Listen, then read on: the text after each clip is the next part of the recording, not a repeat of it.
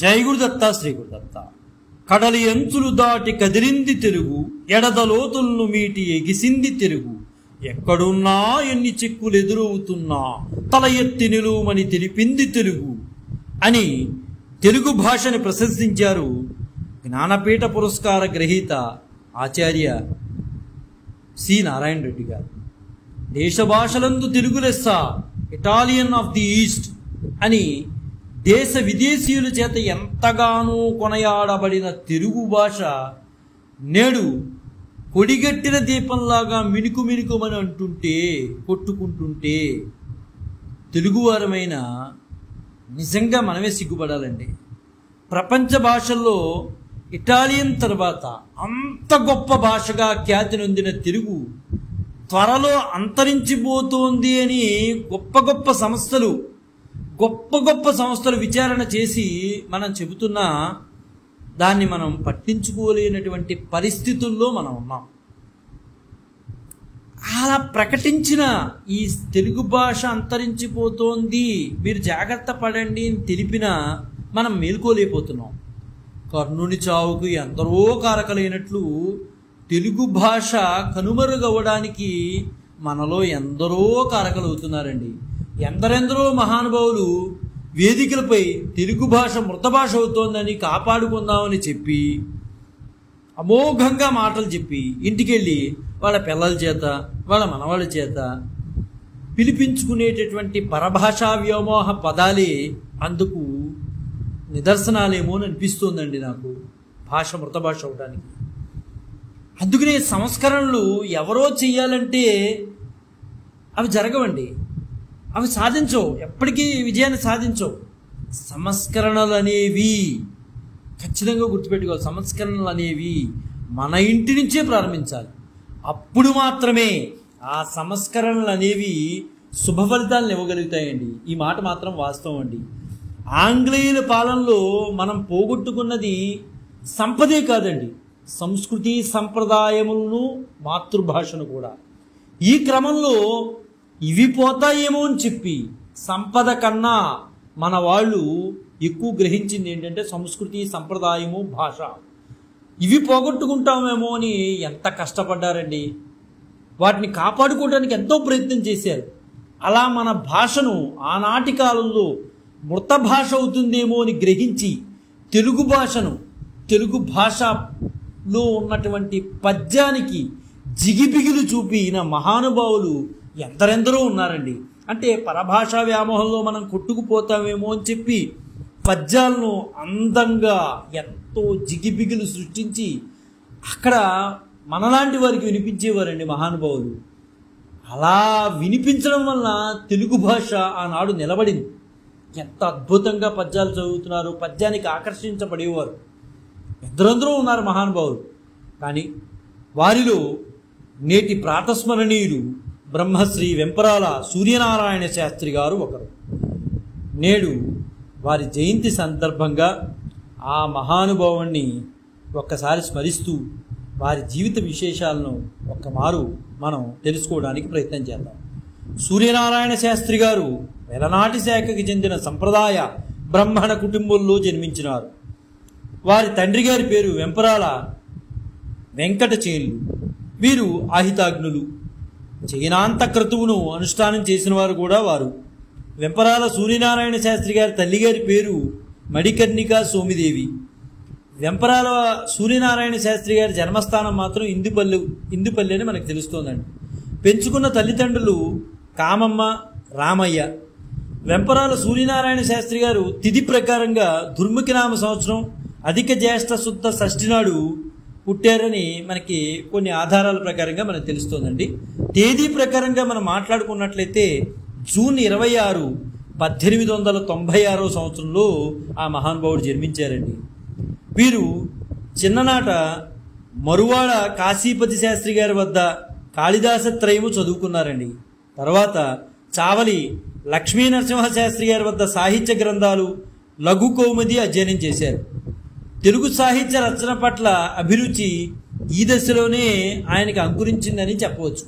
1925 ప్రాంతంలో పిఠాపురంలో ఉండి దర్బా సర్వేశ్వర శాస్త్రి గారి వద్ద వీరు వ్యాకరణ శాస్త్రాన్ని అధ్యయనం చేశారండి. అంతే, అక్కడితో వ్యాకరణం మీద మంచి పట్టు సంపాదించారండి. మహామహోపాధ్యాయ శ్రీ తాత సుబ్బరాయ శాస్త్రి గారికి వెంపరాల సూర్యనారాయణ శాస్త్రి గారు మునిత్రయ చరిత్రమును అంకితం ఇచ్చారండి. ప్రత్యేకంగా రాయుడు శాస్త్రి యశశ్చంద్రిక కావ్యం రచించి మహామహోపాధ్యాయుల షష్ఠిపూర్తి సన్మాన సందర్భంగా ఈయన ఇవ్వడం జరిగిందండి. దీన్ని బట్టి శ్రీ సూర్యనారాయణ శాస్త్రి గారికి హృదయంలో పండిత గురువుల పట్ల ఎంత భక్తి ప్రవర్తనలు ఉన్నాయో స్పష్టంగా మనకి తెలుస్తుందండి. సంస్కృతాంధ్ర భాషల్లో మంచి పరిజ్ఞానం కలిగిన వారు వెంపరాల సూర్యనారాయణ శాస్త్రి గారండి. 1930 సంవత్సరంలో అమలాపురం బోర్డు హై స్కూల్లో తెలుగు పండితులుగా ప్రవేశించారండి. అక్కడే 2 ఏళ్ళు ఆయన జీవితం గడిపారు. తర్వాత కాకినాడ నేషనల్ స్కూల్లో మరి 2 ఏళ్ళు పండితోద్యోగం చేశారు. 1925 నుంచి 37 వరకు అంటే దాదాపు ఒక పుష్కర కాలం సూర్యరాయాంధ్ర నిఘంటు కార్యాలయంలో పండితులుగా ఉద్యోగం చేశారండి.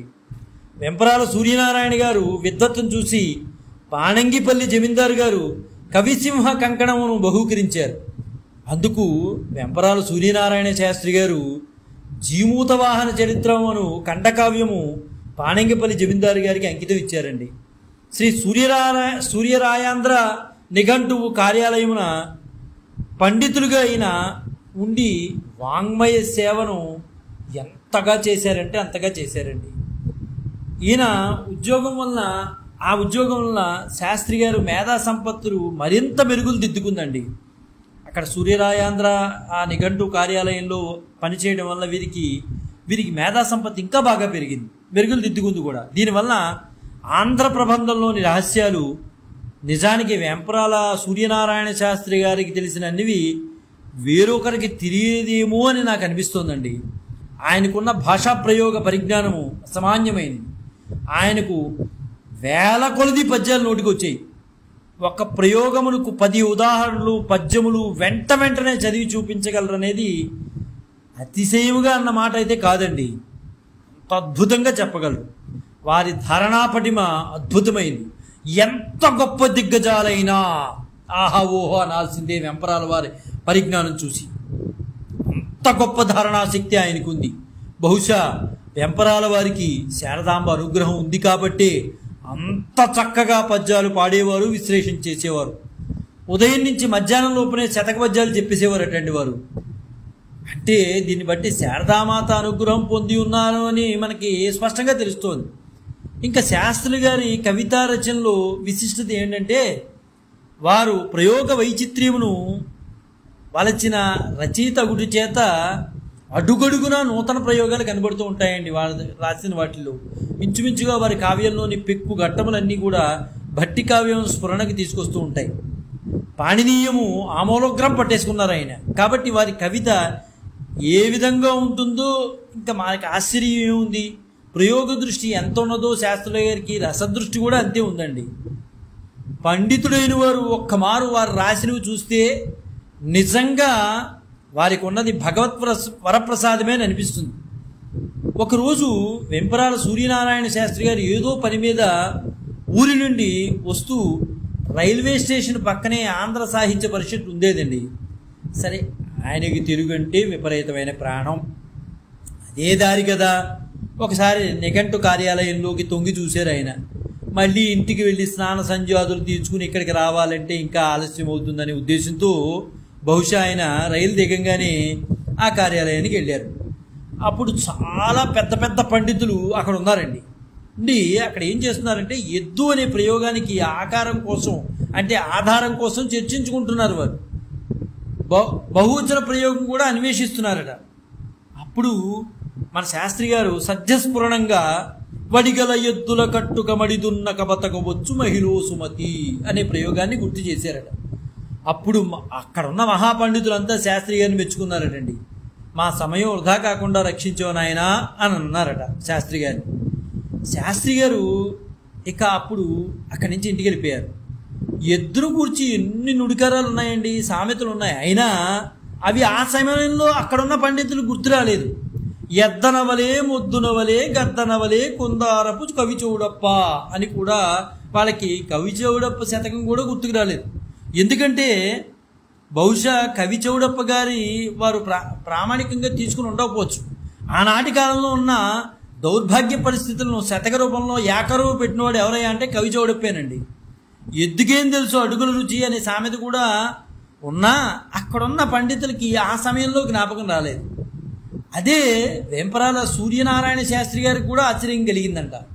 సరే, ఇంకా వెంపరాల సూర్యనారాయణ శాస్త్రి గారు శ్రీ వెంకటేశ్వర శతకము, రాయుడు శాస్త్రి యశశ్చంద్రిక, మునిత్రేయ చరిత్రము, శంకర విజయము, మదాలసా విలాసము, ఆంధ్ర రాజ్యేందిర, వరదగురు యశో వికాసము, జీమూత వాహన చరిత్ర, శబర శంకర విలాసము, శ్రీనాథ తారావళి, పోతన విద్యారణ్య చరిత్రము, ప్రభావతి ప్రద్యుమ్న వ్యాఖ్యానము, మనుచరిత్ర వ్యాఖ్యానము, శ్రీ భద్రాద్రి రామ శతకము మొదలైనవి ఇలాంటివి ఎన్నో బాహ్య ప్రపంచంలోకి ఆయన నుంచి వచ్చినవేనండి. 1930వ సంవత్సరంలో శ్రీ శాస్త్రి గారు 34వ ఏట శ్రీరామనవమి పర్వదినం సందర్భంగా వారి అర్థాంగి ఒక మాట అన్నారట వెంపరాల వారితో.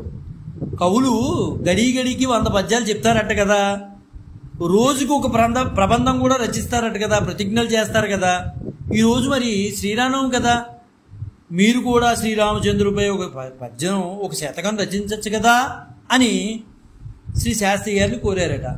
సరే, శాస్త్రి గారు ఇంకా భార్య గారు కోరారని సదుద్దేశంతో ఉపవాసంలోనే వెంటనే భద్రగిరిధామ కరుణా సముద్ర రామ అనే మకుటంతో 88 శీసపద్యాలను రచించేసి సాయం సమయానికి, ఆయన ఉపవాసంతో ఉన్నారు కాబట్టి సాయం సమయానికి నీరసంతో కడుదిరి పడిపోయారటండి.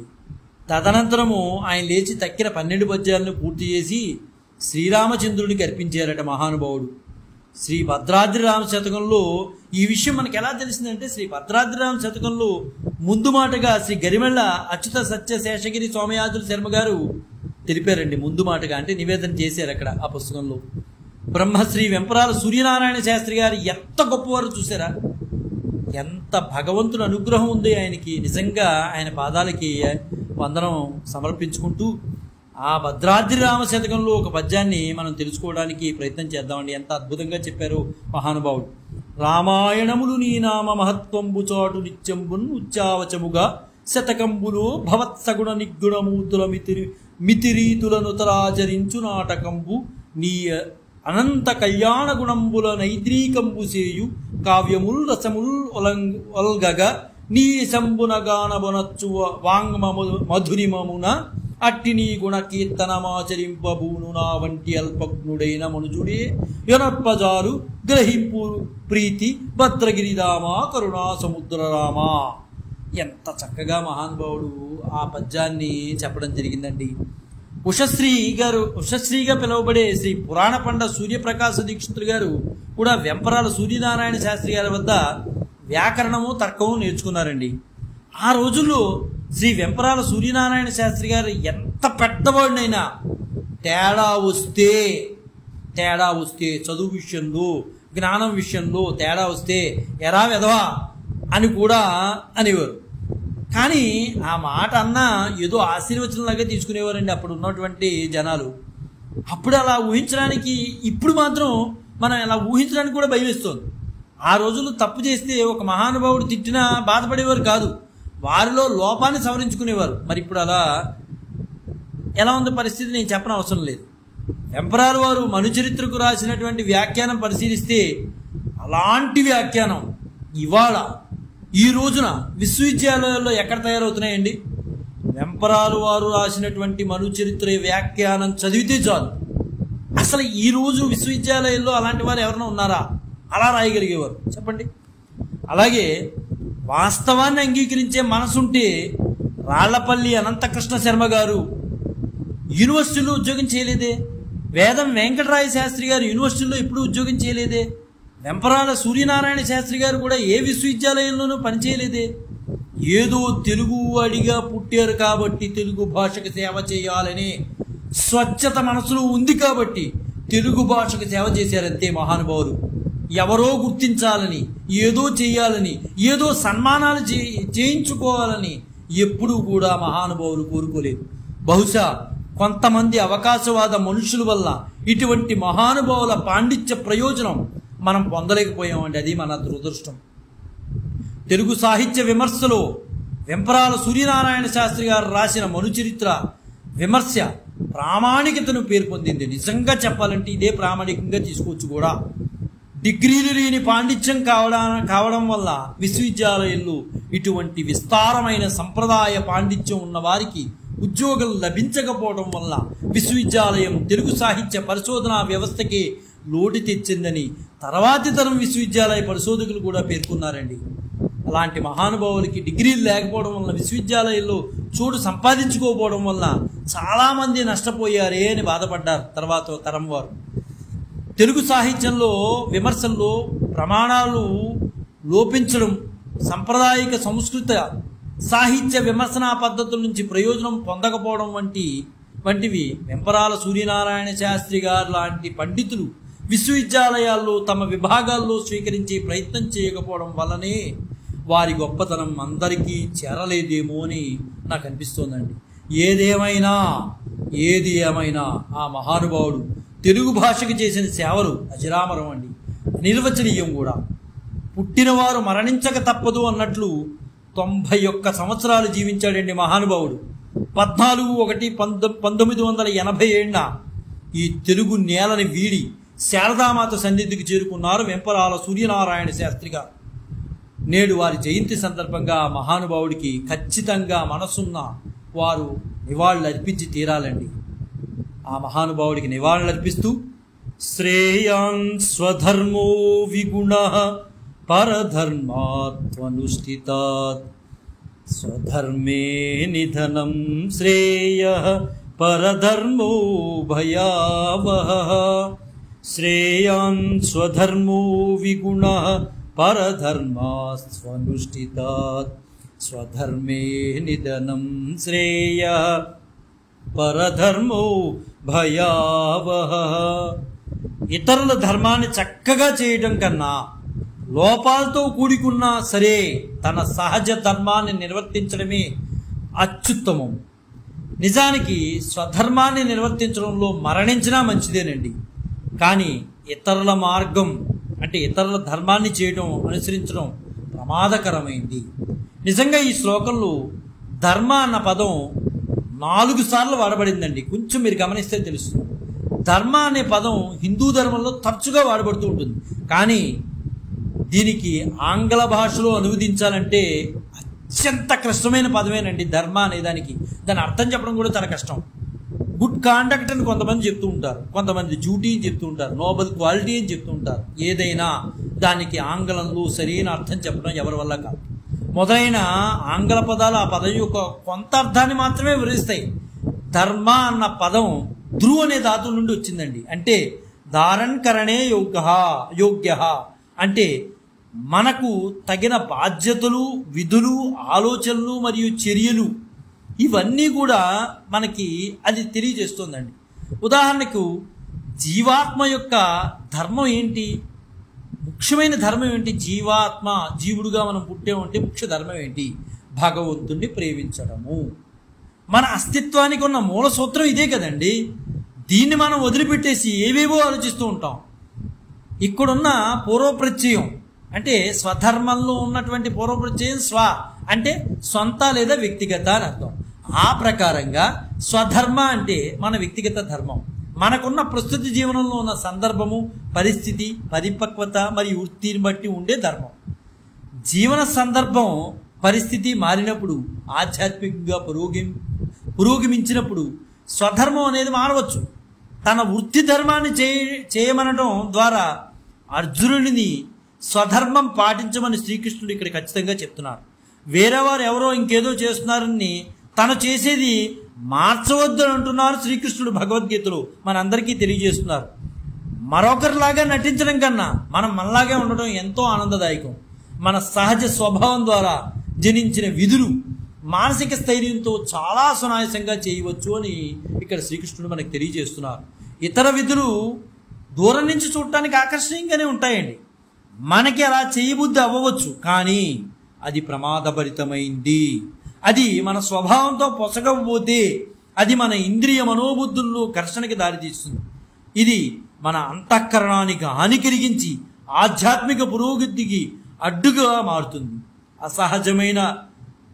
అసహజమైన పరుల ధర్మములు చేయటం కన్నా సొంత ధర్మములు నిష్ఠగా చేయడంలో మరణించినా సరే అదే మంచిది అని శ్రీకృష్ణ పరమాత్మ ఈ విషయాన్ని బలంగా భగవద్గీతలో ఉద్ఘాటించారండి. బహుశా వెంపరాల సూర్యనారాయణ శాస్త్రి గారు కూడా తాను నమ్మిన సిద్ధాంతాలను చివరి వరకు ఆయన 91వ ఏట వరకు కట్టుబడి ఉన్నారండి మహానుభావులు. కాబట్టే మనకు వారు ఈ రోజున ప్రాతస్మరణీయులయ్యారు. ఒక్కమారు వారిని స్మరిస్తూ భావితరాల వారికి వెంపరాల సూర్యనారాయణ శాస్త్రి గారంటే ఏంటో తెలియాలని సదుద్దేశంతో ఆ మహానుభావుణ్ణి నేటి ప్రాతస్మరణీయులుగా మీ ముందుకు తీసుకురావడం జరిగిందండి. జై గురుదత్త, శ్రీ గురుదత్త, శ్రీపాద శ్రీవల్లభ చరణదాసుడు, మానికొండ రాజశేఖర శర్మ, రాజమహేంద్రవరం. స్వస్తి.